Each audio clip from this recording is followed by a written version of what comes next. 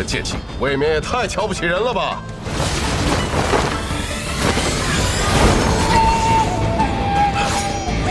杨秀春风，你怎么会这门功夫的？这门功夫分明已尽，自然是我父亲教我的。当年我父亲是不是就是这样打败你的？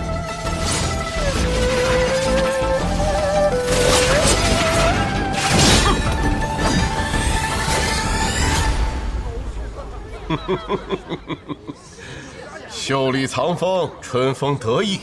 当年你父亲用出来是那般的潇洒恣意，可是你用出来，却感觉满是禁锢。春风何在？怎般得意？哼！剑气响进来！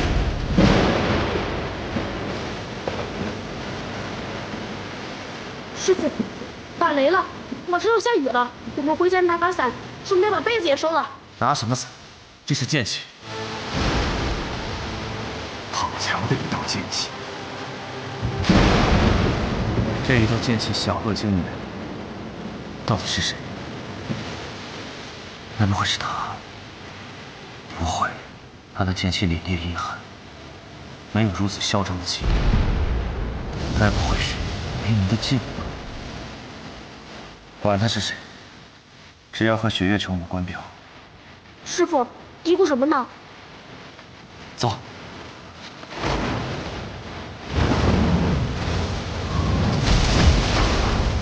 一道剑气小惊雷，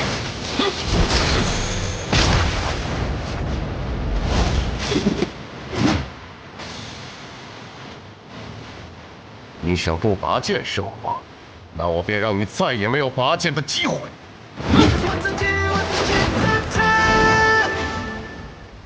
老城主，何方来客？天下无剑。天下无剑。 他们中还有人活着？来的人自称是无剑城少城主卓越安。那个孩子呀，没想到他居然活了下来。剑长老已前去应战，他让我过来告知你一声。剑山月挡不住那柄剑。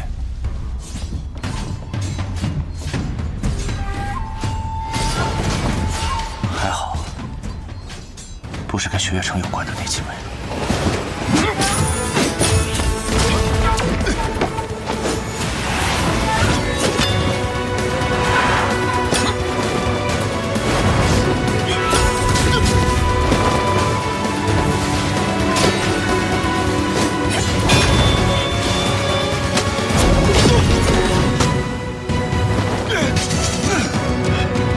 你已经败了。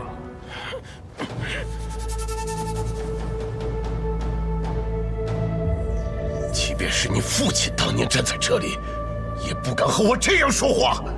这是你第几次提到我父亲了？第3次。我很想知道，你到底有什么资格提起他？你不要逼我杀你！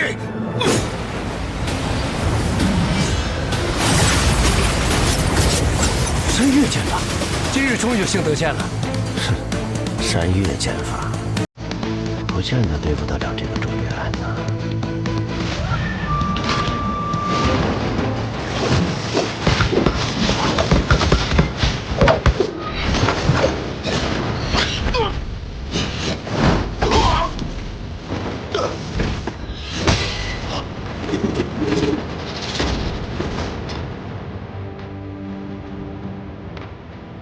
逆登山巅。 一览众山小，可众山之上仍有云天。你若止步，终有一日将会下山。啊！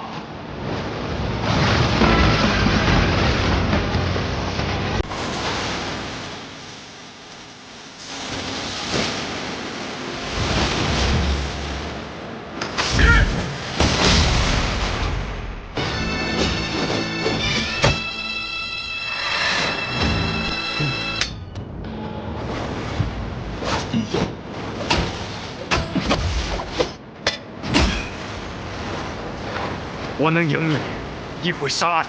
小子，看好了！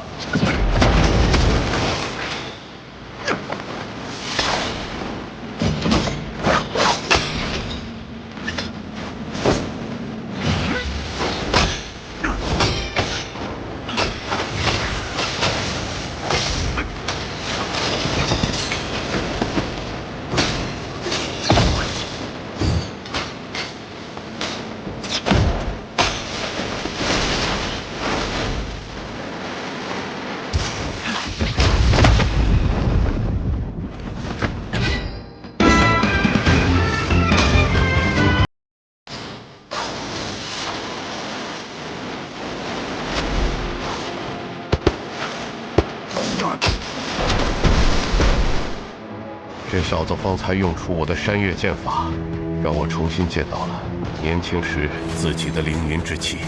为何如今此人剑势一变，完全没有了方才的凌云气，只剩下了杀气？若这样下去，他10招之内必败无疑。不，他是想用一败来换老城主的意思。他用的不是无剑城中的剑术，不再有所谓的剑道大气象，而是杀人剑。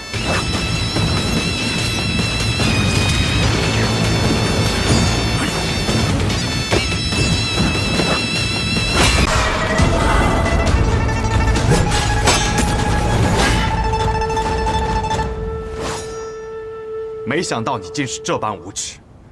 你用的功法类似于乱神诀，特地勾起我心中杀念。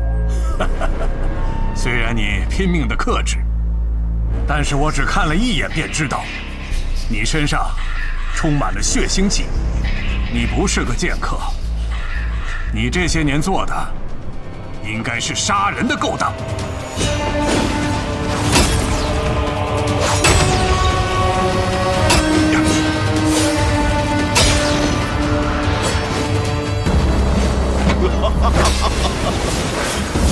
剑到风云处，笑看云起时。这么多年过去了，老城主的剑法依旧这般写意潇洒呀。可方才我与他对过一剑，以那一剑来说，他的剑术不至于如此不济。果然是师傅在剑路当中的修炼初见成效，让他的剑术更上了一层楼。你仗着众人无法看清，竟然是鬼道行径。你一路东行，藏剑不动，便是在养一股剑气。当你的杀气盖过剑气，剑势尽泄，就不复方才之勇了。小人，道是你父亲寻找的东西，而我只求胜，只有胜者才有资格论道。道，确实是我父亲时常念叨的词。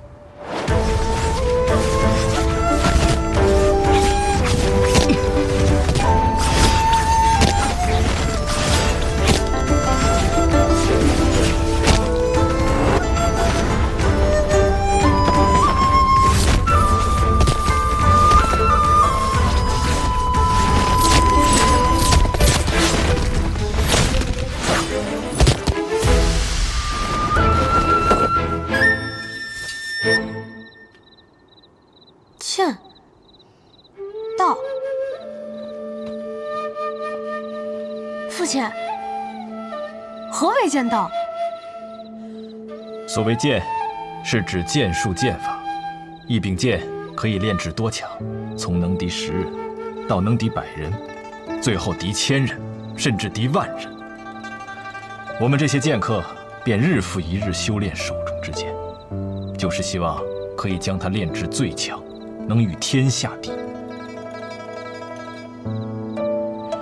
我觉得我的剑已经练到了他所能到的最强，若想再前一步，便得悟道。那道又是什么呢？曾经的昆仑剑仙说过，他的剑法有3重境界。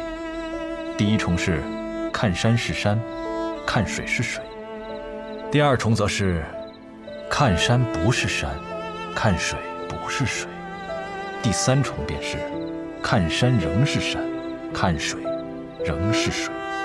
啊！爹爹参悟许久，也无法明白其中含义。但爹爹认为，所谓道，便是一个拔剑的理由。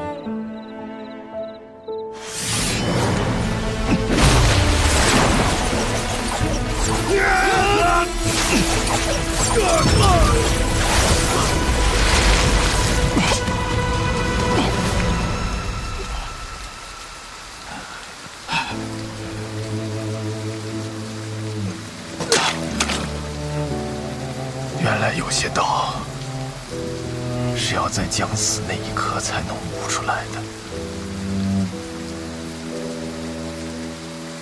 一生中的最强一剑，或许只有出一次的机会。可惜，无法再保护你了。我方才说过，无双城的人没有资格提起我父亲的名字，尤其是你，什么流水星云，破；什么宗师气象，破；什么天下无双，皆可破。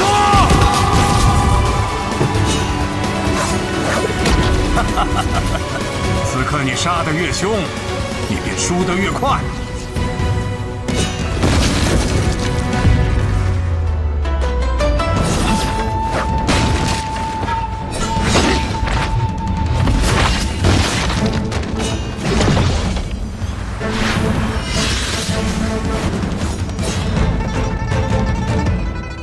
败了，你想要我用杀人术，可我偏不用。今日，我便用剑胜过你。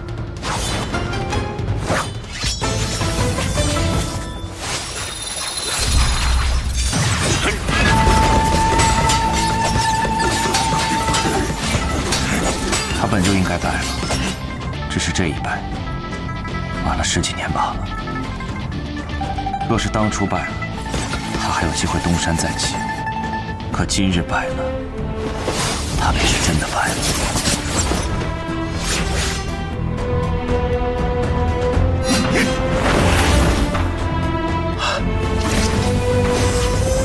来了，老城主最强的一剑，成剑上九天，龙吟落黄泉。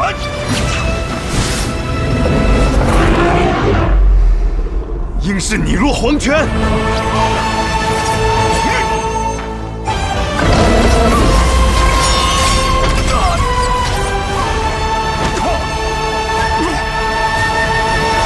结束了。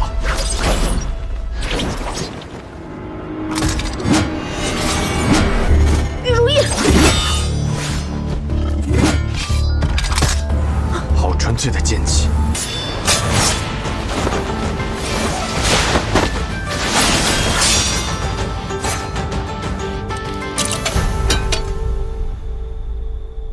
说给员外那位听的话我已经说完了。苏沐雨，我们该执行自己的计划了吧？长河，我无法背叛大家长。愚蠢！这次三家铁了心要谋你，我会为你铺好路，你只需要做好握住绵龙剑的准备。你怎么这么多年了还没有明白这个道理啊？你永远都是这么天真。大家长与我2人皆有恩情。恩情？他们培养我们是为了替他们去杀人，我们之间并不存在这可笑的东西。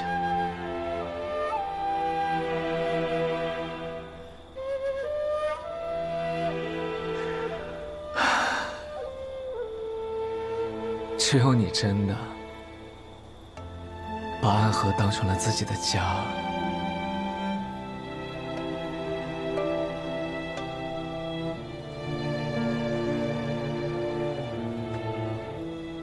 而我却始终做不到这一点。对于我而言，这里只是一个交换利益的地方罢了。他给我们庇护，我们为他杀人。所谓的家人，不过是虚伪的说辞。苏沐雨，折书就在外面，若我们一起动手，你还能活下去吗？若这属与你联手，我自然不是对手。但凡事总要一试。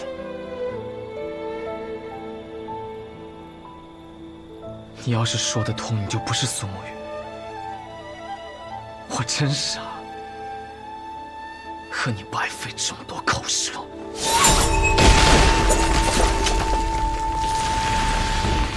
慕白，在里面偷听的可还痛快？你是怎么发现我的？因为那个让你来此候着的消息，就是我给你的。哼，咱们都是同族，就该互通有无。谁跟你是同族？苏长河，你给我等着！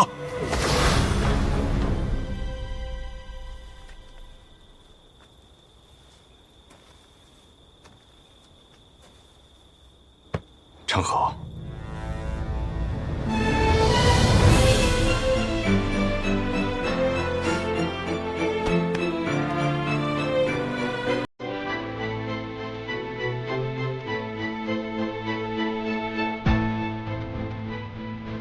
开弓没有回头箭，大家长这次一定会死，我也一定要拿到那令箭。所以，好好想一想我们当年的约定吧。苏沐雨，你去做安和的魁，以后成为大家长，统帅三家，把我留在苏家，继承苏家家主之位。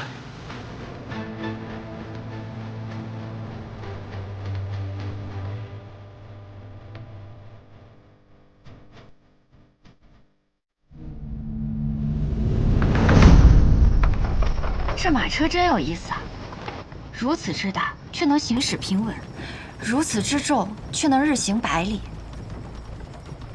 这是搬家搬三爷捣鼓出来的玩意儿，能不有意思吗？走好这架马车10日以后，他便死了，生病死了。那我若是治好了大家长，我不会得病死了吧？神医多虑了，你可是神医呀！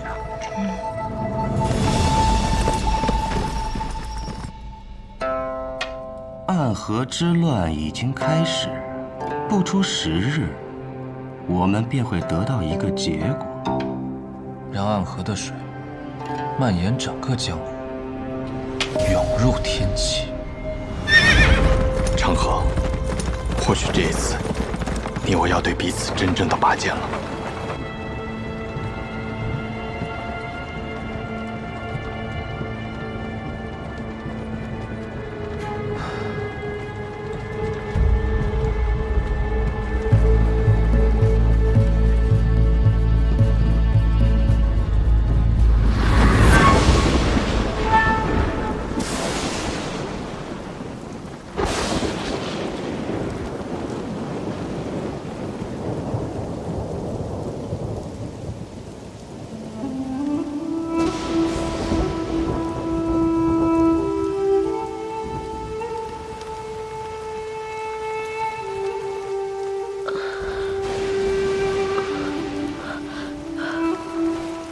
这么多年为我点灯的童子，他是唯一一个任务结束还能够活着的。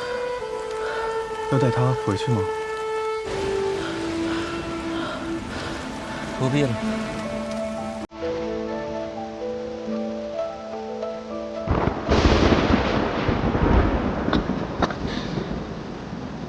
都快死了，17号。欠你一只手，还你一条命，算你赚了。多少安然的情绪，不舍的挣扎，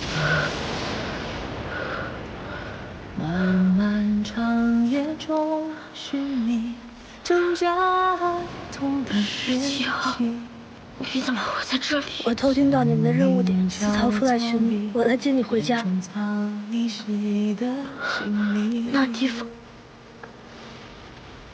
也都算是家吗？有家人等候便是家。你弟弟还在那里？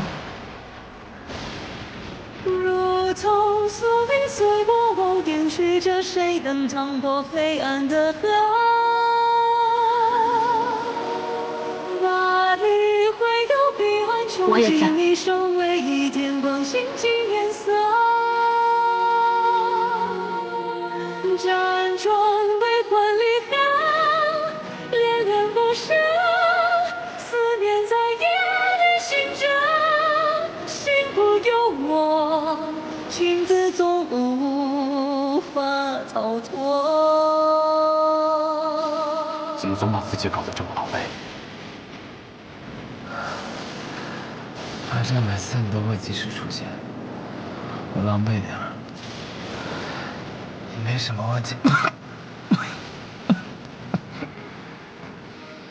鬼哭院的试验马上要开始了，各家主花木汇聚。这一天终于还是来了。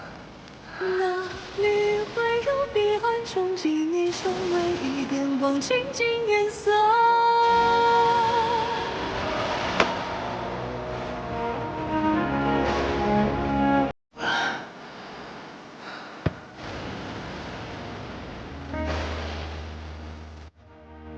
想必你们已经有所了解，待会儿时辰一到，你们就会前往鬼窟渊。每组10个人，只允许留下1个。第一组86号、18号、74号、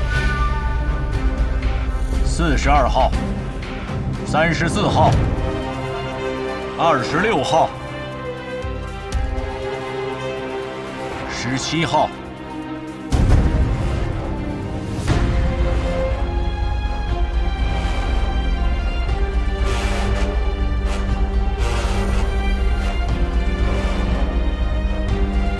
第一组的最后一位，63号、63号。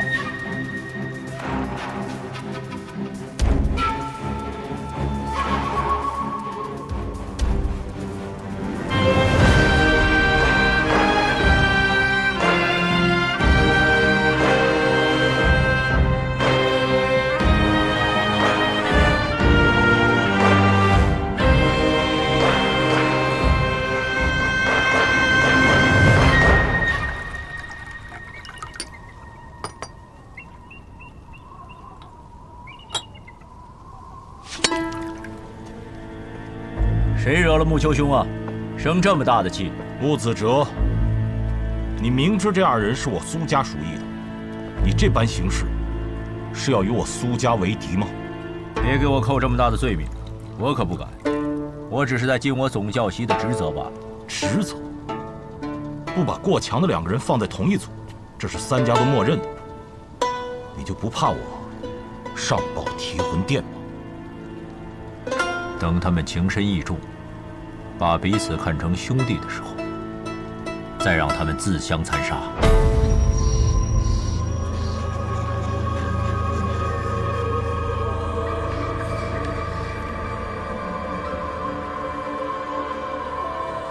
活则在一起，不要走散了。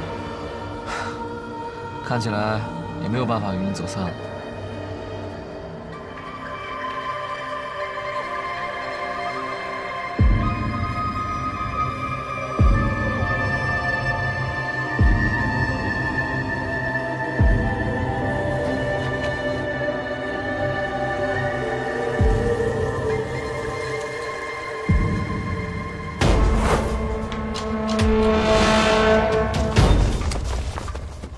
全都来了。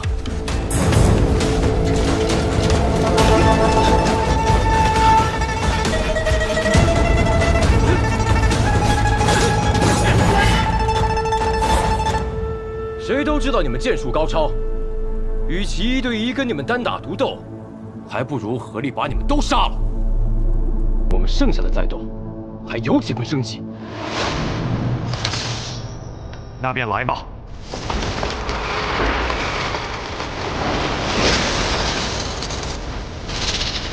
八戒阵，刀剑合十，勾手戒备，决一切生机。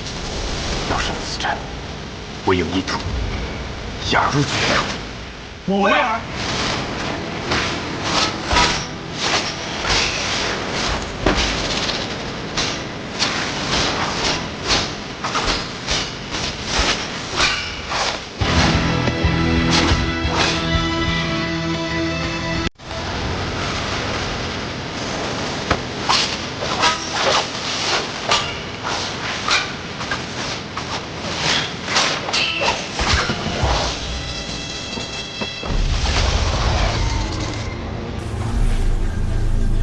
要破八戒阵，唯有牺牲一人才能找到突破之口。我们2个同时上，算怎么回事？我知道，我来。那我走了。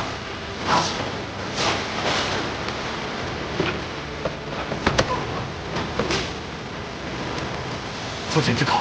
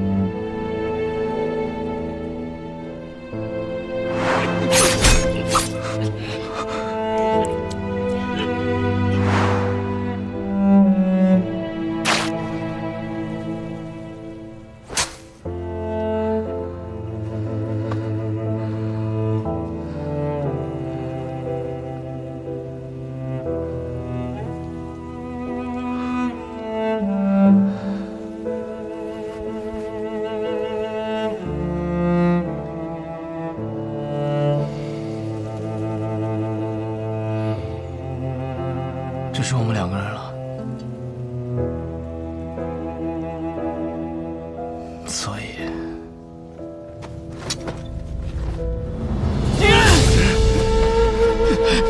你疯了吗？你这疯子，停下来！我跟你说过，你的恩情，我迟早会还的。我不需要你还。你此前替我做点灯童子的时候已是还了。暗河的规矩，10个人只有1个人能走出鬼窟园，成为3家之人。你若不成我的情，我们2个人都得死。一定会有办法的。我去和他们说，他们享有最顶尖的刺客，而我们俩是他们这些年里遇到最好的种子。他们不会愿意就这么失去我们的。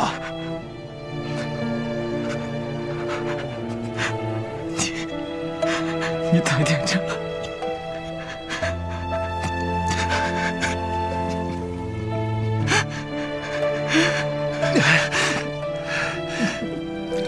你把手放开！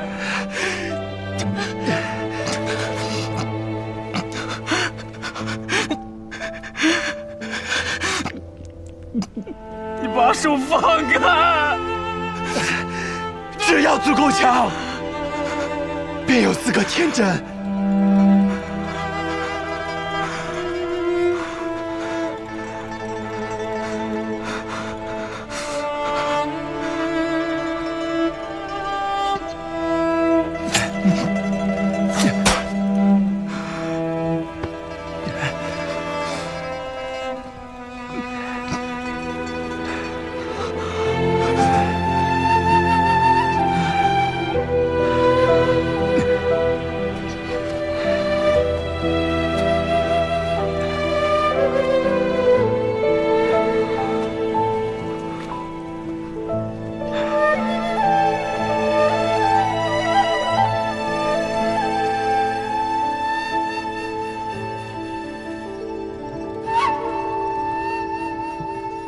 谁先了？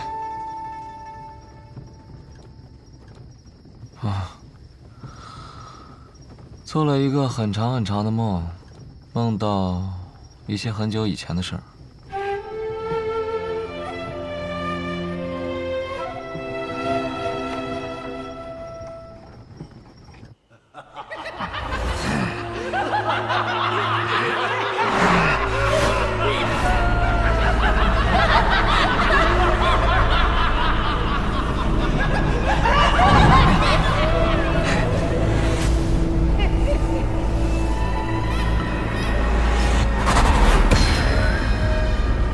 邪魔外道，无尽无身。我们是邪魔外道，不过是些魔障，看我一剑斩了你们！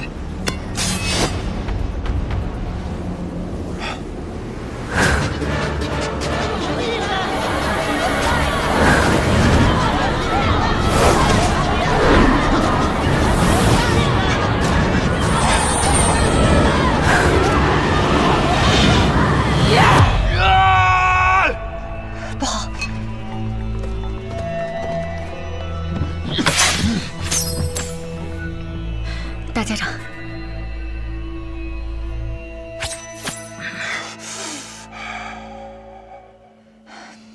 人在虚弱时，邪气便会找机会侵染人的身子。做噩梦是正常的事，大家长不必担心。大家长可还安好？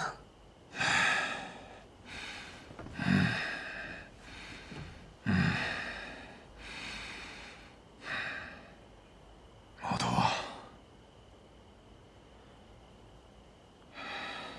是。神医啊，你此生救过多少人？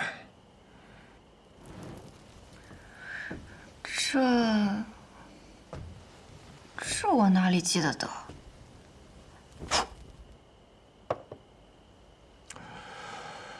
加上唐二老爷，我此生杀过832人，很多人，我甚至不记得他们是谁，但心底里总会有一个声音告诉我，那是我杀过的人。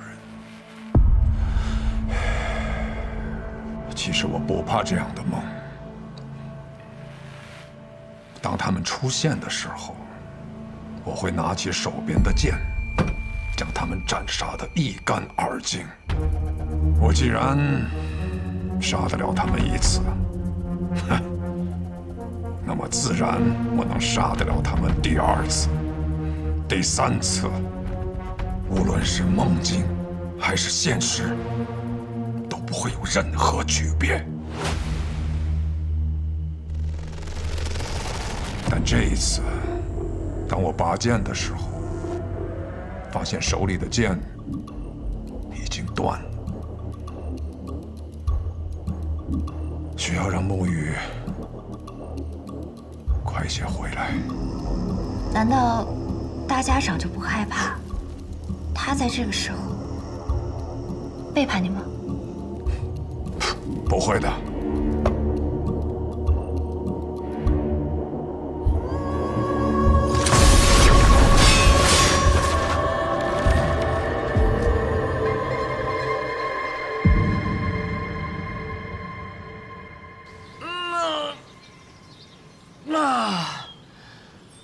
哎呀，坐了许久的马车，累了。小长河，你这个样子能追到鹰，你到底是什么安排啊？追得上。大家长此行北上，无非就是想拖延时间，按照他的手段。老爷子有没有事儿我不确定，但是我们这一批跑腿的，定是要被他清算。所以在我这儿，大家长必须死。然后呢？我对于苏沐雨的安排，应当已经到了，让他见见几个故人，拖延一下他追上大家长的时间。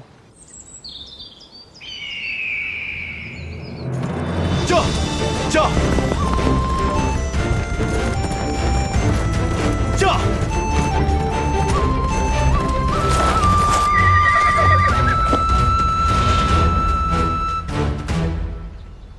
昌黎，宇哥，好久不见了。昌河派你来的。啊，是大哥让我来的。他说让我拦住你，实在不行，就哭到你心软。他是不是觉得我不会杀你？他自以为能猜透我的心，可我杀过这么多人，我也有无法控制住自己杀心的时候。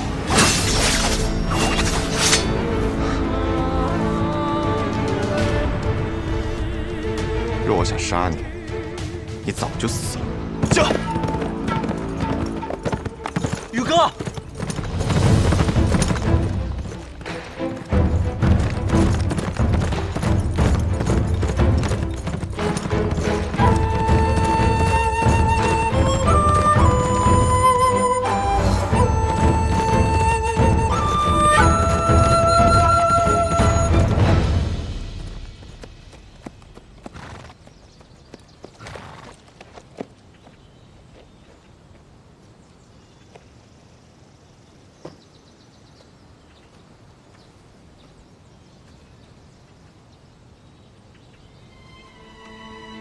老师，你口中的“老师”这2个字，放在我的身上，我可不敢当。苏芷先生，许久不见了，苏沐雨。昌河为了拦住我，居然把你也请来了。不必怪昌河，是我自己想来的。我想此事之后，或许我们便没有相见的机会了，就自请来此见你一下。顺道下一局棋。我在赶路，没有时间。若有机会再见先生，回到暗河，我定去藏书阁拜会。若我没有做到让你下完这局棋，昌河或许会杀了我。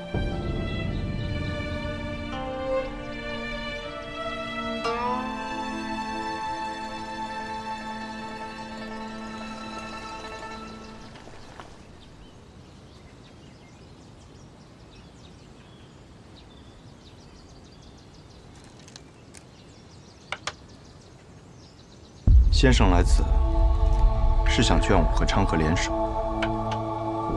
你们是暗河这100年来最不可思议的搭档，一起联手破过许多危局。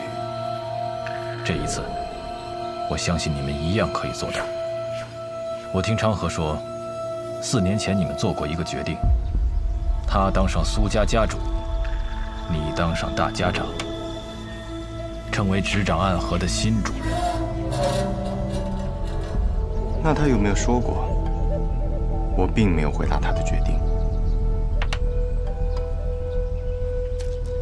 大家长他值得你这样做吗？这个问题的答案重要吗？沐雨，当你用一个问题来回答另一个问题的时候，就代表你的内心并不坚固。可这问题没有答案，只有选择。我在苏家待了将近10年，昌河与我更是从同一座炼炉当中走出来的师兄弟。准确地说，我们都是家人。昌河那样的人，可不会把老爷子他们当作家人，他只是把你当做家人。可如今我是魁。我的父亲曾教过我，承诺是比生命更重要的东西。先生您也说过，没了承诺，收了钱的刺客便会因为更多的钱而转头去杀自己的主顾。那么到最后秩序变乱了，刺客便没有存在的理由，暗河也没有存在的必要。你很聪明，但有时候太过于执拗了。已经沦为杀人的棋子，若心中还不存在点执拗，那么活着也像是死了。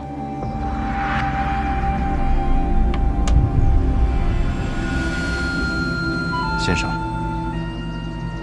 你败了，告辞。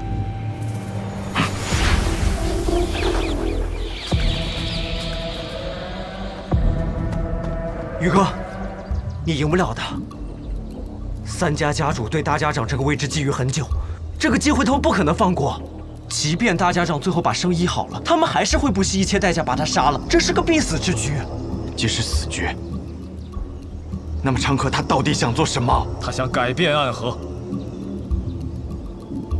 跨过暗河，便能到达彼岸。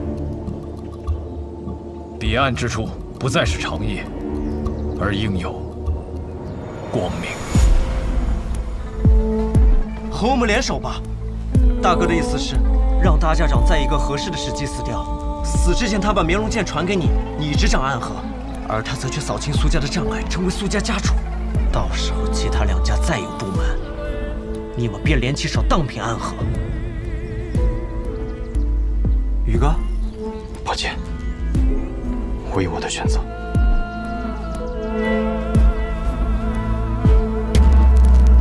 大哥说了，若你拒绝，那他就自己当这个三家之主，到时候不管谁挡在他面前，他都会杀死，包括你，他这一生最好的朋友。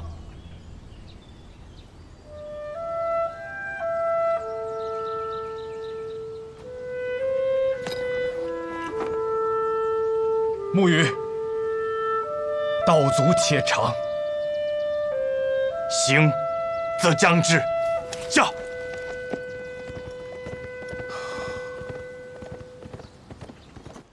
先中毒，再解毒，以身试毒。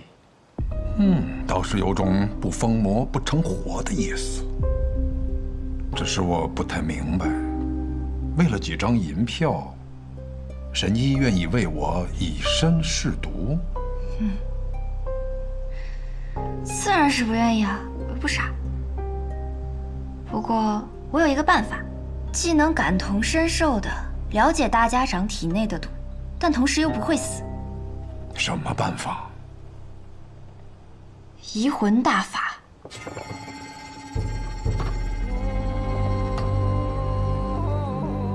药王谷的秘术移魂大法，若是一旦对某人施用此法，就能和他无感共识。他的过往和此刻的想法，都无法逃脱施用者的眼睛。若是遇到意志薄弱者，甚至能彻底占据他的意识。我初听到此门功法，还曾感慨，这哪里是医术，分明是邪术。确实，医者行医，治的是人身体里的毛病，而移魂大法却能治人心病。不过我这次对大家长施用移魂大法，为的是彻底去除你体内的毒。至于大家长你心里想的那些嘛，我可以试着不去看。若是一旦施用移魂大法，那我的性命自然是全在我白鹤怀的掌控之中了。届时只要我想，可以随时杀死大家长。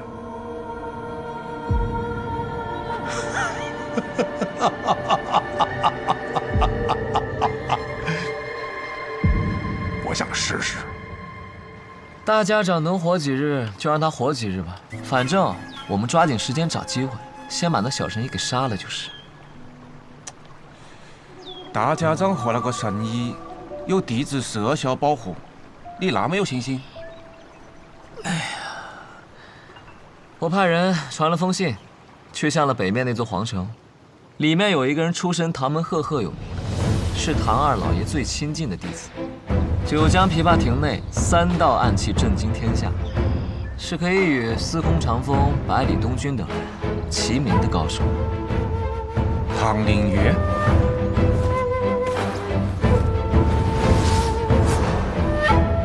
我不知道大家长为什么要杀唐二老爷，但我知道唐二老爷死了，最想报仇的人一定是唐灵月。